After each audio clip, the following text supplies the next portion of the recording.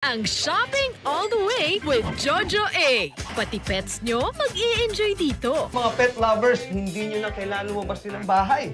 Kasi para ipag-groom ang pets nyo, dahil meron tayong kausap mismo na pupunta na lang sila sa inyo. Yun naman. At syempre, ikaw ba, Jojo? Ano bang pet meron ka? Ang pet ko, husky. Husky. It's a pet dog. Wait, pero paano yun? Di ba pag husky, surely naka-aircon sila? Hindi, hindi, okay lang. Mahangin naman ako. Ay, oo, mahangin itong mahangin din ako. Grabe. Hindi, pero okay yung husky. Ang hindi ko lang medyo sa husky, alam mo yun, hindi nakikinig. Hindi siya nakikinig, may sarili siyang buhay. Shih Tzu eh. Ganun ba? Oo, maliit lang. Parang Shih Tzu, parang Shih Tzu. Ay, no, Ayan, bumili na. Huwag natin patagalin pa ito. Marami tayong matututunan tungkol sa pet at pet grooming. Yan. At hindi na kailangan pang lumabas ng bahay dahil ang perfect grooming ay pupunta na sa inyo. Kaya let's all welcome Jessie Bauer!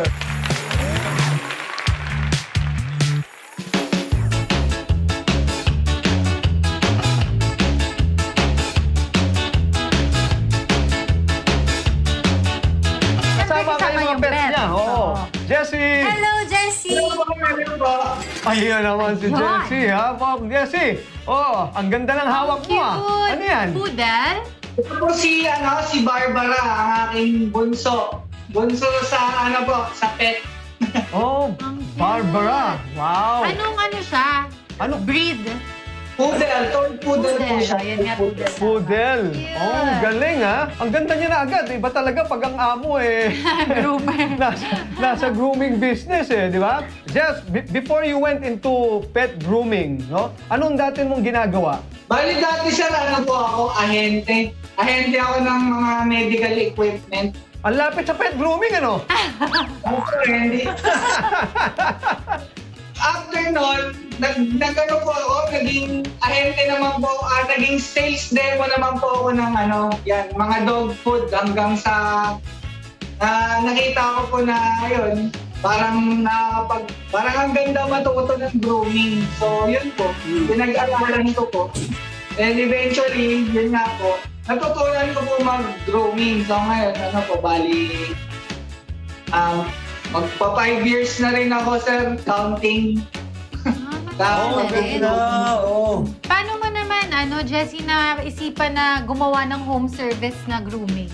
Kasi, bali, nung time na dami ko pong napapasukan ng mga grooming service, nakita ko medyo parang nag-excel naman po yung namin, yung kunyari, bagong bukas po yung shop, tas napapalakas ng konti.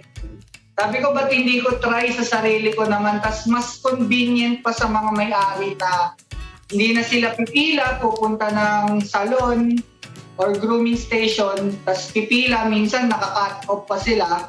Parang mas maganda yung home service grooming. Nung una po, medyo mahirap kasi walang client. Lalo na nung pandemic, syempre. Sa naman po, yun, sa tulong po nung pandemic, actually, tulong talaga ng pandemic dahil takot yung tao lumabas. Sa susunod. Tama. Nagtuloy-tuloy po siya. Dinayo ko po yung perfect home service grooming, May 2019 po. Wala pa pong pandemic. Hindi ma-sustain yung pangangailangan namin sa bahay, ganun, family needs. So, nag-ano po kami, nag-work po ako uli. Tapos everyday off, continuous pa rin po yung home service grooming ko. Then yun po, pagpasok ng lockdown, sir, yun. 1 month po nang walang work. Tapos nung nakakalabas-labas na po yung mga tao, hindi nga po ako essential sinasabi lang po. Sabi ko pa po. So yun po, yun. Hanggang ngayon, tuloy-tuloy. Tuloy-tuloy pa rin. Wow! Galing naman. Galing. Jessie, you're dealing with pets, especially Yes, mga oo. aso eh. Aso. Di ba, Saka partner? hindi ka kakilala. Oh, hindi ka kilala. Exactly. Yun Diba, ang- yun yung- Hindi ka kilala. Meron Mahirap bang, dun. anong pinakamahirap dun sa ganung sitwasyon? Yung hindi ka kilala ng aso, syempre. Katulad ng aso ko, walang kilala, kundi ako lang eh. Oh, di ba? Paano mo ginagawa yun? Ano ang mga, or meron na ba nangyaring medyo na pwede mong i-share sa amin na maraming matututunan din yung ating mga nanonood tungkol sa pet grooming? Meron po sir, lalo na yung siyempre pagka sarili nyo pong aso, unang-una territorial po yan eh. Oh, yan. Sa bahay nyo po, basta hindi ka po kilala niyan, teritoryo ko to, ba't ka pumapasok dito? It's either tatahulan ka Oo. or baka pwede ka pang kagatin. Pakalma ka lang po, wag mong ipaparamdam sa aso na natatakot ka sa kanya. Kasi dahil na nakikita ng aso or nararamdaman ng aso na threaten ka sa kanya, mas lalo ka niyang tatakutin talaga eh. Okay. Galing Hindi po yung di ba dumaan ka po, tapos sinabol ka ng maraming mga askal. Mas pag tumakbo ka, mas lalo ka nilang hahabulin. Habulin.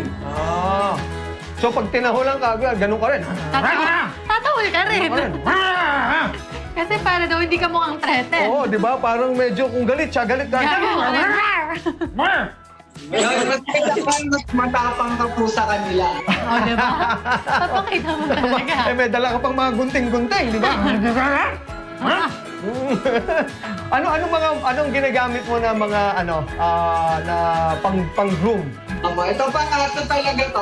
Bumili lang nito sir kasi mas convenient siya gamitin. Walang wire, di battery lang. Oh, yeah. Oo. Tapos, marami rin akong gunting sir kasi yun yung pinakailangan. Lalo na kapag nagde-design sa mga aso.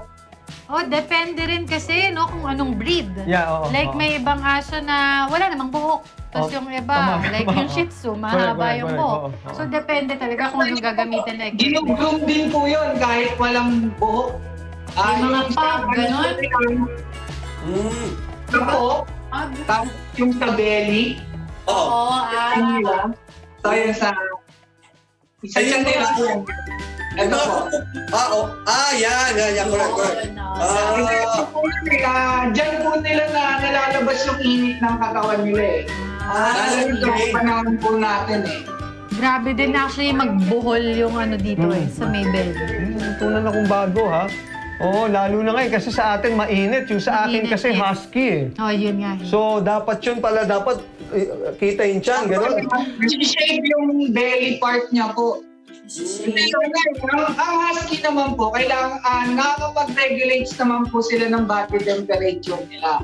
Pero hindi, yun lang po yung part kasi na mas parang napepreskohan sila. Hindi kasi advisable na gupitan. Akala po natin minsan pag husky yung alaga natin or any double coat na aso, kagaya ng husky, chow-chow, ganyan, naiinitan sila kapag summer. So, ang ginagawa natin, pinapakalbo po natin. Ganyan ang summer cut. Pero, mali po yun eh. Lalo po silang prone sa mga sakit-sakit. Galing ni Jessie, ha? Kita mo eh. Kay Jessie, ano na yun sa'yo, no? Experience niyang partner, di ba? Paano ba yun, Ano yan? Jessie? So, inaaral mo lahat ng breeds ng dog? Parang, syempre, kailangan lahat ng mga types na aso ng breed. Pag pupunta sa'yo, alam mo, like, kung ano yung kailangan nila Oo, for tama. grooming, yung kailangan nila na ayusin. Like yun, sabi mo nga, ang husky, hindi naman talaga dapat nagsusummer cut, sabi niya. Kasi, mas okay na normal yung nila pag summer. Opo ma'am, bali kailangan kasi talaga kasi kapag di mo alam ma'am yung kung anong aso yung hawak mo, aso or pusa, tapos hindi alam ng may-ari, kaya ka po nila hinard kasi alam mo po yung ginagawa. First learning po ba, ganun? Yes, Okay.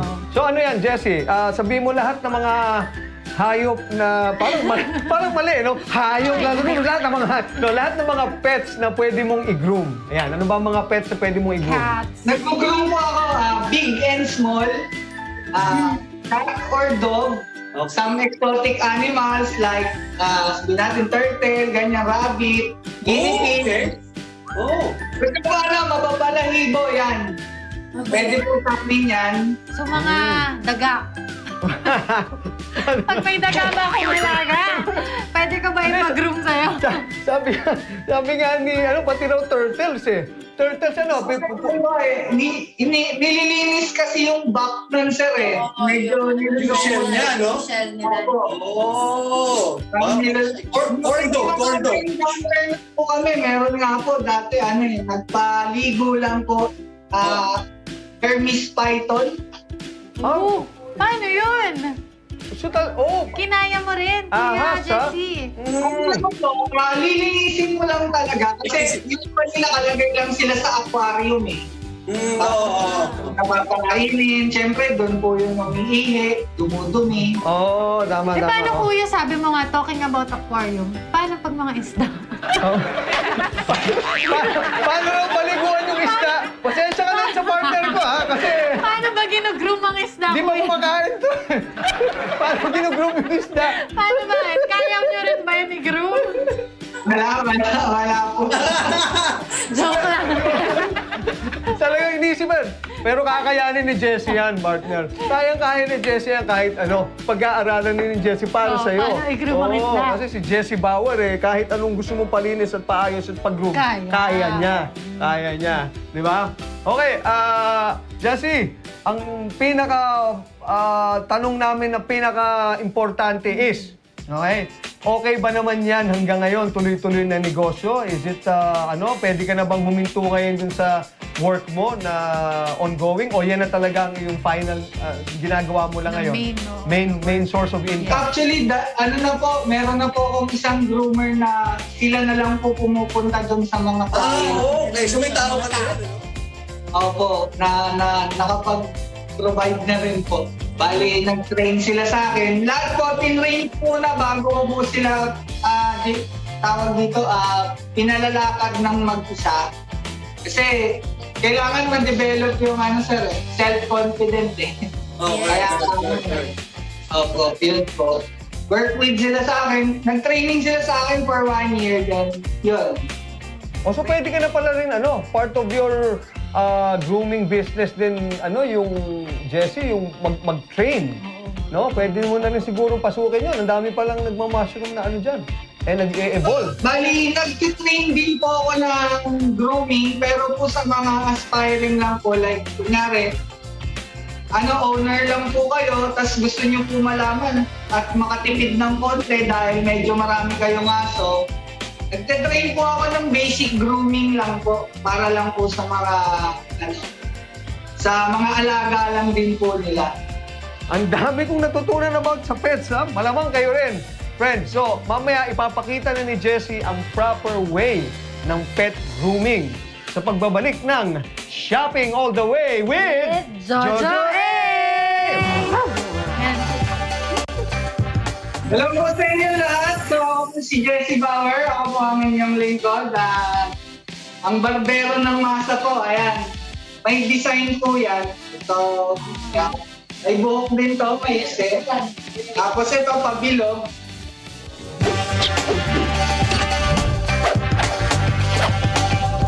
Okay, welcome back. At kasama pa rin natin na... Napapalangoy ka na naman. Ako na, pag ganun din tuloy ako. Kasama pa rin natin si Jessie, kasama ang pet niyang si Barbara. Kaya mga shoppers, mag-ready na kayo. Dahil BTS time na! It's buying time, shoppers!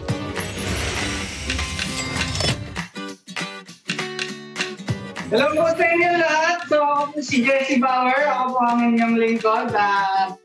Ang barbero ng masa po, ayan. Sa aming home service grooming, nag-offer po kami ng premium at saka regular grooming. Sa aming premium grooming, ito pong nakikita ninyo, itong magagandang mga shampoo namin and conditioner bali, ang trabaho nito ay may vitamins and mineral daw para sa mga coat ng aso ninyo. Pwede rin po sa pusa, yan. Sa aming premium grooming, ang price po nito ay nag-i-start sa 1,250. Sa small breed, hanggang 2,550 po sa large breed. So, sa aming regular grooming din po, ito naman po yung regular grooming namin. So, premium din yung gamit namin actually na shampoo. Pero, so regular lang to, ibig sabihin, nahaluan po siya ng tubig. Kaya medyo, at the same time, maganda pa rin naman. With conditioner din po yan. So, ito po yun. Yan. Kita nyo naman po yung resulta sa mga ng alaga ko. Ayan. Gusto niya, naaamoy niya na, no? Oo. Yan po yan. Kaya natatakot na ito sir ngayon kasi alam niyo, naliligo na naman siya eh. Ayaw kasi nito ng ligo eh. So, usong-usong pong ngayon, usong-usong gupit ngayon. Summer cut. Okay, summer cut. Di po kalbo yun. Kadalasan po kasi nangyayari kapag kasi summer cut yung asa, nangyayari, wala po. May design po yan. So, yeah. May buhok din to, may set. Tapos ito, pabilog. So, ayan po. Ganyan lang po siya. Hindi lang po. Hindi po kinalbo. Ang cute. Ang cute ko para sa laro na. Ito po yung alaga ninyo. Yun lang po. Salamat. Yay! Galing! Galing, Jessie. Ngayon. Tinatanong kanina kung pwede raw yung... Hindi ako narinig. Huwag Pwede na na. lang. O, ibahin na lang natin kung Sige. pwede raw ba yung summer cut sa aso kasi cut daw yun. Pero ang ganda, no? Jessie, so lahat ng pets mo, siyempre, product mo ang ginagamit. Sanay na sila. Kaya pala ang ganda, very, yung fluff nila na maintain yung kapal ng buhok at saka yung ganda ng, yung bang brightness ba? Yung Yes, ganda tingnan. May shine. Kaya maganda yung isa kasi. Maganda rin yung presyo eh. Hindi, pero mahal mo naman ganun yan. Mahal mo Yes, naman yung aso mo yung aso eh, mo. di ba? So, kailangan, hindi mo Parang rin... ano din yan mga yan eh, baby. Yes, Baby correct. mo rin Oo, sila. oo. Ano po ito sa akin, sir?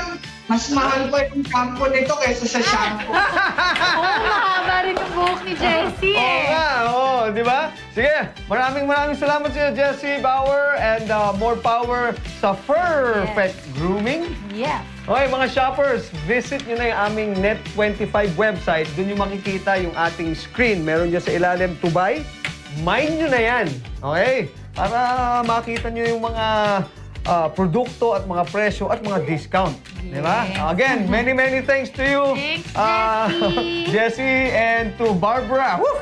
Bye-bye, Barbara. Bye, Barbara. Thank you.